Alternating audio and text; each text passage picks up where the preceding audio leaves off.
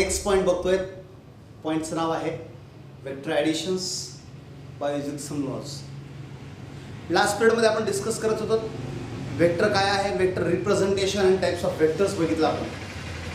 आता आपण बघतोय वेक्टर्सचं ॲडिशन करता येतं आपल्याला by using algebraic sum rule जो आहे आपला, त्या रूलनं आपण ॲडिशन करू शकतो. का सबस्ट्रॅक्शन करायचं आहे, मल्टिप्लिकेशन आणि डिव्हिजन करायचं आहे.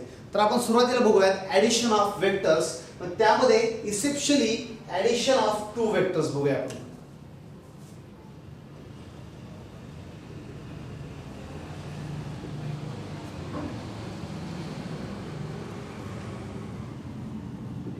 आता ॲडिशन ऑफ टू वेक्टर्स मध्ये कंडिशन आहे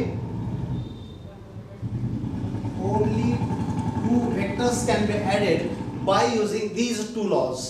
मग हे दोन लॉज कोणते कोणते आहेत? नंबर एक आहे लॉ ऑफ ट्रायंगल आणि नंबर दोन आहे लॉ ऑफ पॅरालेलोग्राम. आता आधी लॉ ऑफ ट्रायंगल काय आहे ते तुम्हाला सांगतोय. लॉ ऑफ ट्रायंगल मध्ये two vectors can be added by using two different ways. याच्यामध्ये दोन वेगवेगळ्या पद्धती आहेत. एक आहे ग्राफिकल मेथड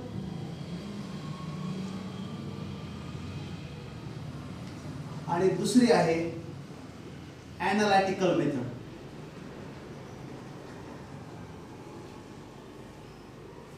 ग्राफिकल मेथड आणि ॲनालिटिकल मेथड. आता ग्राफिकल मेथड मध्ये कसं करायचं आहे, पण आधी आपण याचं स्टेटमेंट माहीत असणं फार गरजेचं आहे. सुरुवातीला आपण ग्राफिकल मेथड बघू. जर माझ्याकडे दोन वेक्टर आहेत, हा वेक्टर ए आहे आणि हा दुसरा वेक्टर बी आहे. Head tail, tail head, vector A and vector B हे दोन वेक्टर आहेत. मला लॉ ऑफ ट्रायंगलचं स्टेटमेंट काय आहे? जर बी चं स्टेटमेंट लिहितोय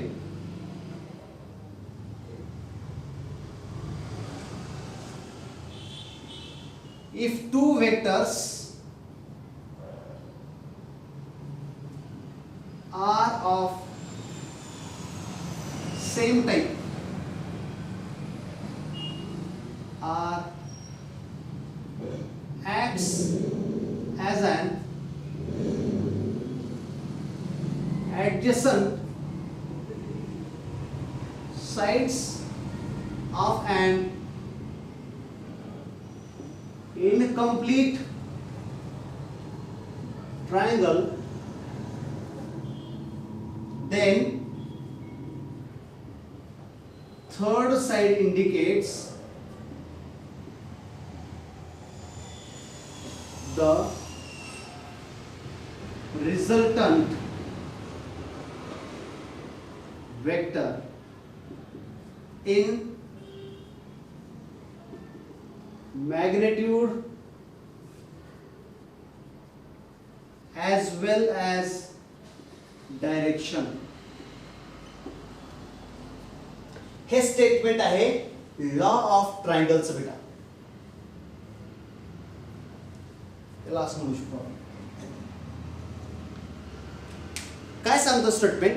माझ्याकडे दोन वेक्टर आहेत, वेक्टर ए आणि वेक्टर बी. जर ते दोन सेम टाईपचे असतील आणि ॲडजसंट साइड्स एखाद्या इनकम्प्लीट ट्रायंगलचे म्हणून ऍक्ट होत असतील, तर त्या ट्रायंगलची थर्ड साइड इंडिकेट करते रिझल्टंट वेक्टरला in magnitude as well as direction. Sir statement सांगा. बघ बेटा लक्ष दे. Law of triangle in vector addition. Law of triangle in vector addition statement काय? If two vectors are of same type are acts as an adjacent sides of an incomplete triangle, then third side indicates or last side indicates resultant vector in magnitude as well as direction. लक्ष देते. दोन vector पाहिजेत, same टाईपचे पाहिजेत adjacent sides म्हणून act झाले पाहिजेत, तरच तिसरी साईड काय दाखवतीये, resultant vector in magnitude as well as direction. हे आहे स्टेटमेंट. मग आता मला हे स्टेटमेंट प्रूव्ह करायचं आहे. याच्यामध्ये दोन मेथड्स आहेत. पहिली आहे ग्राफिकल मेथड आणि दुसरी आहे ॲनालिटिकल मेथड. सुरुवातीला ग्राफिकल मेथड तुम्हाला सांगतोय. माझ्याकडे तिथं दोन वेक्टर आपण ड्रॉ केलेले आहेत. वेक्टर ए आहे, वेक्टर बी आहे. मी आता काय करतोय, स्टेप 1 पहिल्या स्टेप मध्ये काय करायचंय, shift the vector B towards A. Vector B ला ए कडे शिफ्ट करायचंय, असा शिफ्ट इथं करायचंय. मग इथंच थांबायचं नाहीये, त्याला पुढं न्यायचंय. कंडिशन आपल्याला लावायचे, आपल्याला बघा कंडिशन्स ज्या आहेत त्या कंडिशन्स उभे करायच्या.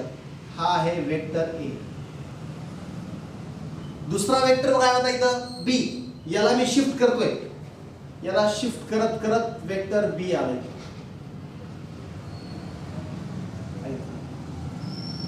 बघा दोन वेक्टर्स आहेत, ऍडजसंट साइड म्हणून ऍक्ट होत आहेत ट्रायंगलच्या.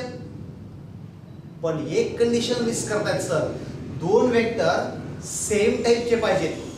सेम टाइप म्हणजे कशाला म्हणायचे, जर वेक्टर असा असेल एक, तर दुसरा असा पाहिजे, तिसरा असा पाहिजे, असा पाहिजे. All these vectors are of same type. एकाच्या हेडला दुसऱ्याची टेल, पुन्हा याच्या हेडला तिसऱ्याची tail, head tail, head tail, head tail, असं कनेक्शन असलं पाहिजे, तरच हे वेक्टर सेम टाइपचे आहेत. मग सर काय होईल जर वेक्टर माझ्याकडे असा एक आहे, वेक्टर असा आहे, सेम टाइपचे आहेत का, डोक्याला डोकं, शेपटीला शेपटी डिफरंट आहे. एकाच्या डोक्याला दुसऱ्याची शेपटी, तिसऱ्याच्या डोक्याला चौथ्याची शेपटी, मग हे सेम टाइप आहेत आणि हे डिफरंट टाइप्स आहेत. मग काय पाहिजे आपल्याला, आर ऍडजसंट इनकम्प्लीट ट्रायंगल. म्हणजे आता हा कोणत्या टाइपचे पाहिजेत, सेम टाइपचे पाहिजेत तिथं. मग हे पाहिजेत मला. मग मला सांगा या कंडिशन मध्ये हे वेक्टर्स सेम टाइपचे आहेत का, नाही आहेत. मग त्याला ऍडजस्ट करून घ्या. स्टेप नंबर 2 काय करतोय मी, शिफ्ट करतोय वेक्टरला. वेक्टर ए इथून हे आहे इथं, इथून मी याला इथं शिफ्ट करतो. आला वेक्टर बी. ओके, आता हे दोन वेक्टर कसे झाले, सेम टाइपचे. Then third side indicates the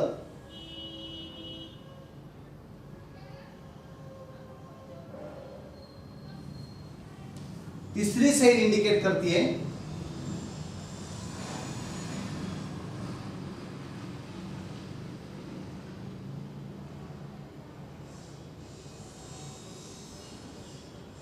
resultant vector R in magnitude as well as direction. मग सर याची डायरेक्शन कशी द्यायची बघा.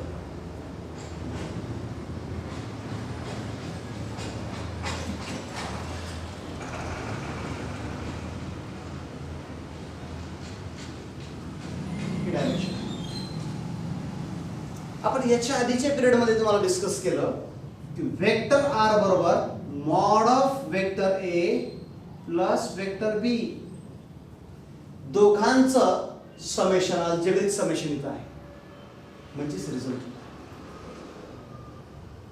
मी याला असा काय करतोय, लंब टाकतोय.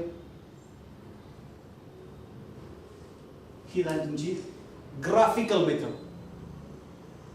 आता दुसरी एक आहे ॲनालिटिकल मेथड. बघा वेक्टर ए आणि वेक्टर बी घेतले, वेक्टर बी ला शिफ्ट केलं पहिल्या स्टेप मध्ये, पण ते दोन सेम टाइप झाले नाहीत म्हणून त्याला आणखी शिफ्ट केलं, सेम टाइप चेक करून घेतले आणि थर्ड साइड ड्रॉ केली. हे आहे रिझल्टंट. हे लॉ ऑफ ट्रायंगल झाला. Vector A sorry vector R is equal to mod of A plus vector B, ह्या दोघांची समेशनचं मॅग्निट्यूड काढलं की आपला रिझल्टंट. ही आहे ग्राफिकल मेथड. आता आणखी आपली दुसरी आहे ॲनालिटिकल मेथड. आता हे ॲनालिटिकल मेथड कशी आहे,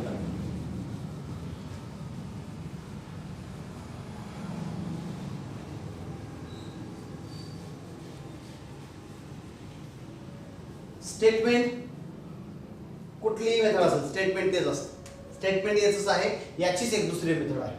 बघा, माझ्याकडे हा वेक्टर आहे, वेक्टर ए, हा आहे वेक्टर बी.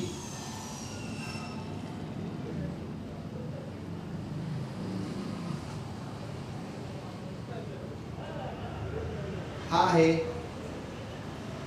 वेक्टर आर, म्हणजे mod of A plus mod of B. Okay, इथपर्यंत काय अडचण आहे का? काहीच नाही. दोन वेक्टर होते, तिसरा वेक्टर ड्रॉ केलाय. पण मला ॲनालिटिकली प्रूव्ह करायचं की हे तुमचं ए प्लस बी होऊ शकते.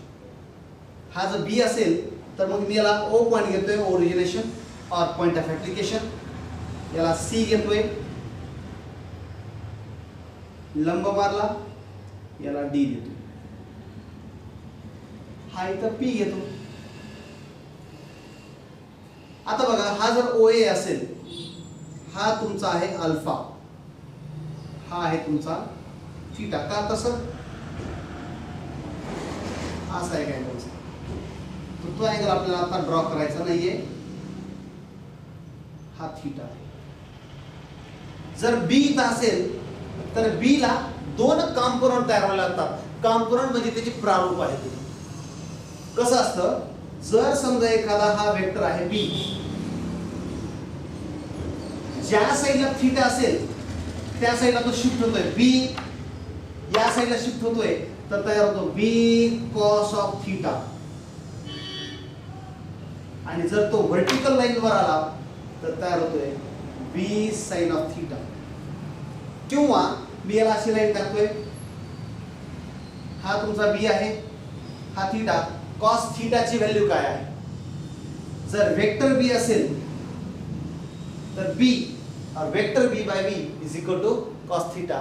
तर खालचं बी इकडे आलं, म्हणजेच तुमची cos of theta is equal to कोणती साइड बाय कोणती साइड? वर्टिकल आहे, हॉरिझॉन्टल आहे. हॉरिझॉन्टल याला मी bx म्हणतोय मी, आणि हा तुमचा आहे by. मग आता इथं बघा, वर्टिकल आहे तर हा by आणि हा आहे bx. Theta is equal to cos of theta.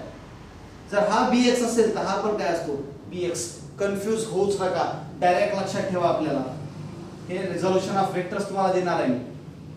चल बेटा, फक्त लक्षात ठेवा, इथं ज्या साईडला थीटा असेल तो असतो कॉस कॉम्पोनंट, ज्या साईडला थीटा नाही तो आहे साइन कॉम्पोनंट. हे ट्रिक लक्षात ठेवा. तुम्हाला खूप डीप मध्ये घेणार रिझोल्यूशन ऑफ वेक्टर सुरू करायचं. पण मी त्याच्यात नाही आता, मी आता थोडं सुरुवात केलेली आहे.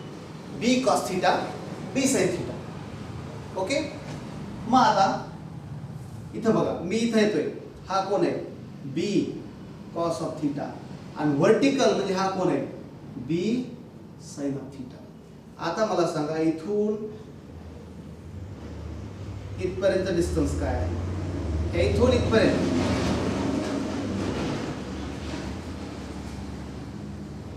वेक्टर ए, आणि इथून इथपर्यंत B cos theta. A vector A plus vector B cos of theta. बरोबर आहे? म्हणजे याला A plus B cos of theta म्हणता येईल का? जर हे असं असेल तर हे व्हर्टिकल काय आहे? बी कॉस थीटा का बी साइन थीटा? बी साइन. आता मला काढायचंय मॅग्निट्यूड आणि डायरेक्शन. मॅग्निट्यूड कसं काढतोय आणि डायरेक्शन कसं काढतोय? मॅग्निट्यूड कुणाचं? रिझल्टंटचं मॅग्निट्यूड काढायचं आहे. तर आपल्याला एक फॉर्म्युला आहे, वेक्टर आर बरोबर mod of vector A plus vector B, म्हणजेच अंडर रूट ऑफ. मॉड म्हणजे लक्षात येते का? Under root. आय चा कोएफिशिएंट त्याचा स्क्वेअर, म्हणजे याचा वेक्टर ए मॅग्निट्यूडचा स्क्वेअर करायचा आहे. म्हणजे तुमचा हा आहे वेक्टर ए आणि हा आहे तुमचा वेक्टर बी. बरोबर? मग आता इथं कोण आहे? वेक्टर ए म्हणजे कोण आहे? A plus B cos of theta त्याचा स्क्वेअर प्लस वर्टिकल कोण आहे? बी साइन ऑफ थीटाचा स्क्वेअर.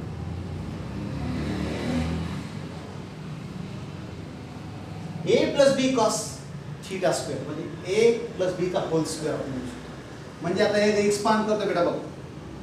ए square plus B square plus 2ab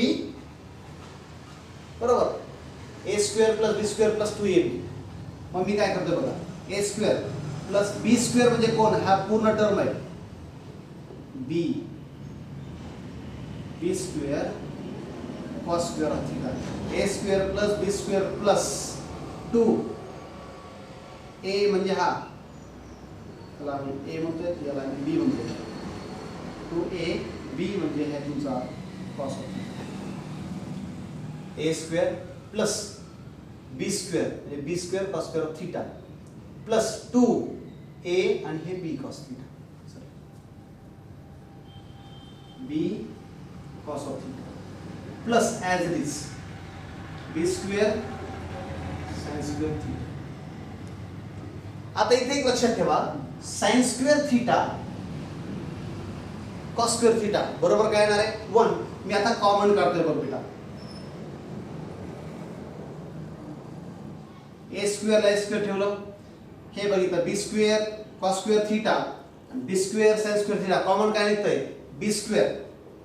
मग B square sine square theta plus cos square theta plus 2ab cos of theta. 2ab cos of theta. मग आता बघा इथं sine square theta plus cos square theta is equal to काय येणार आहे आपलं 1.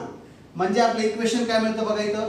मी इथं लिहू शकतो sine square theta plus cos square theta is equal to 1. Mathematical formula आपण ट्रिग्नोमेट्रिक रेशिओ मध्ये काही बेसिक मॅथमॅटिक्स आणि फिजिक्स मध्ये हा फॉर्म्युला घेतलेला आहे. मग इथं काय येतं आपल्याला vector r is equal to under root of A square plus B square plus 2ab into cos of theta. Sir हे झालं तुमचं वेक्टर r. म्हणजेच ही आहे magnitude of resultant vector r. लक्षात येते. हाच रूल मी ॲनालिटिकली म्हणजे vector a plus vector b ची मॅग्निट्यूड आहे. मॅग्निट्यूड काढणे म्हणजे काय याची जी कोएफिशियंट्स आहेत त्या कोएफिशियंटचा स्क्वेअर करायचा आहे. आता हा वेक्टर a चा कोएफिशियंट कोण आहे हा इथून इथपर्यंत a आणि पुढची पूर्ण साइड आहे.